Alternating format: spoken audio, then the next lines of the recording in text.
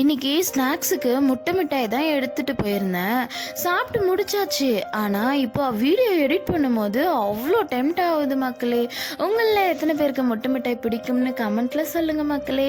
அப்புறம் வேலைக்கு போயிட்டு ரிட்டன் வந்து பார்த்த உடனே கிளைமேட் அவ்வளோ சூப்பராக இருந்தது. காற்று வாங்கலான்னு மாடிக்கு வந்து இயற்கையை பார்க்கும்போது இருக்கிற எல்லாமே அப்படியே குறைஞ்சி போச்சு மக்களே.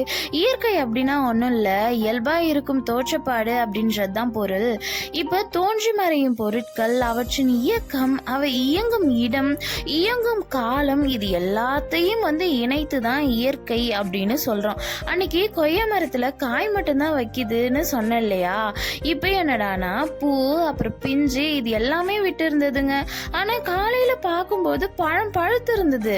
நான் இப்போ பார்க்கும்போது பழமே இல்லை. அப்புறமேட்டுக்கு பார்த்தா 2 பழம் இருந்தது. அதை நாளைக்கு ஸ்நாக்ஸு கொண்டு போகலான்னு சொல்லிட்டு அப்படியே விட்டுட்டேன் மக்களே. உங்களில் எத்தனை பேருக்கு கொய்யாப்பழம் பிடிக்கும்னு சொல்லிட்டு கமெண்ட்ல சொல்லுங்க மக்களே. மாடியிலிருந்து கீழே வந்து என் செடியை பார்த்தா மாலை நேரத்துக்கு அந்த பூ பூத்திருந்ததை பார்க்கும்போது அவ்வளோ அழகா இருந்தது. பிங்க் கலருக்கும் அதுக்குமே அவ்வளோ அட்ராக்ஷனாக இருந்தது மக்களே. நாளைக்கு இன்னொரு வீடியோவில் பார்க்கலாம். டாடா பாய்.